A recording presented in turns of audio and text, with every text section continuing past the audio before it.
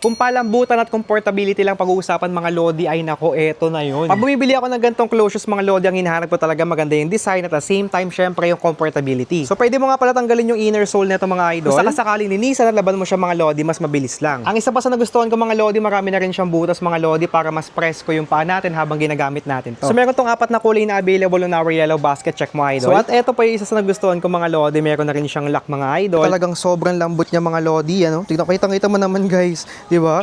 So sobrang lambot ng clogs at the same time mga Lodi, non-slip to mga idol. Kahit medyo basa yung lalakarin natin mga Lodi, makakaasa kang makapit idol yung clogs natin. Kahit sa part na to mga Lodi, sobrang lambot niya. Kahit dito sa bandang sakong natin mga Lodi, yan. Pansin mo guys, lumulubog yung paa ko, di ba? Kasi nga sobrang lambot guys ng insole niya mga Lods. So kaya kung naghahanap ka ng closures na pwedeng pang araw-araw, komportabling gamitin, affordable yung price. So at maraming kulay na available mga Lodi, check mo agad sa yellow basket bago pa maubusan. Maraming salamat, bye!